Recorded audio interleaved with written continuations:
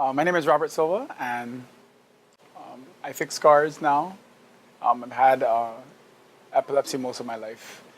I had petit mal seizures, so nobody really noticed. They just thought I was phasing out. And so a lot of times I'm in the office when I was small because I don't answer. I'm not really doing what I'm supposed to be doing in work at school. So a lot of sports I couldn't play. Well, they said I couldn't play, but my parents let me play anyway because I played from when I was, second grade. So I remember in high school, there was a new coach. So all of my friends at school knew. All of the guys who played sports with me knew about my seizures, and they were pretty good with it. So when we had a new coach, I had a seizure when I was practicing basketball, and then I started swearing at him.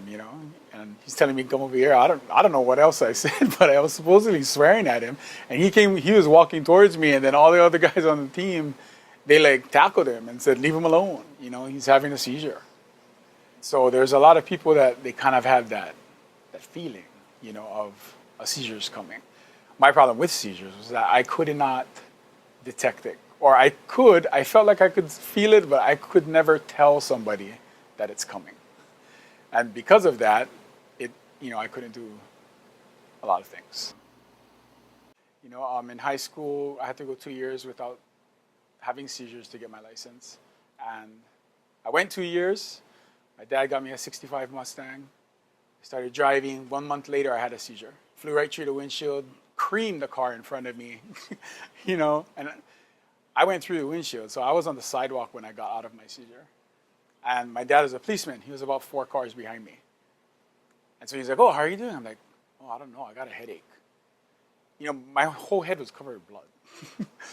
But I didn't feel a thing.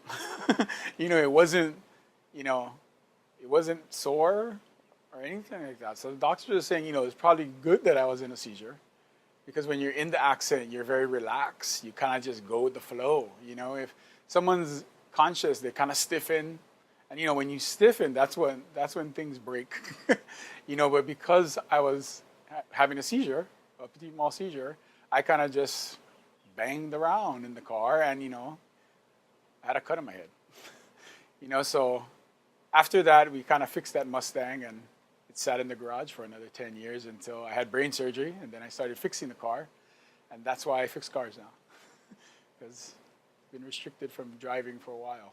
I feel like it built a lot of independence for me, at least. You had to find out who you could trust. You couldn't do everything, but you tried to do as much as you could. Like, people do not realize what a license gives you.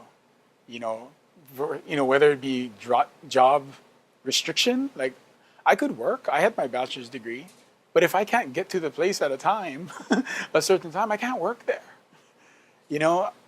I can't get to Eva at 6 o'clock in the morning. There's all these little things that people take for granted with the driving thing. So I met up with Dr. Stein in 2000 because I yelled at my doctor because he was about to add more medicine.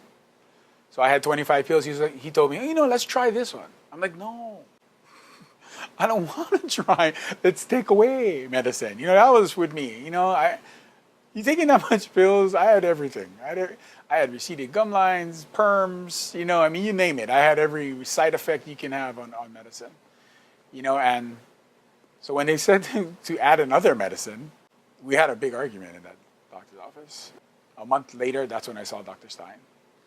And then a month after that, he said, "I think you should see if you can have brain surgery." When I had my surgery, 6 months later, they told me I can drive. So I started fixing my Mustang, getting it running. And I was thinking, I can do this. And so that's when I went back to school in automotive. When people are at work and they're grumbling about crazy customers that come in and grumbling about these little noises or these little problems, like, I love that stuff. I just love being in a car that I had to look at for years at my mom guy's house. I love driving, and I love cars. That's why anybody wants people to drive, I'll take them. I'll drive wherever you want, because I know what you're talking about. So I had my 65 Mustang. It was a two-door car. And so when I started driving, started fixing that car. Then we had kids. And so our kids couldn't fit in that car. So my wife said we needed a four-door car. And I told her, any kind of four-door car? She said, yeah, I guess. I was like, okay. So there's my four-door car.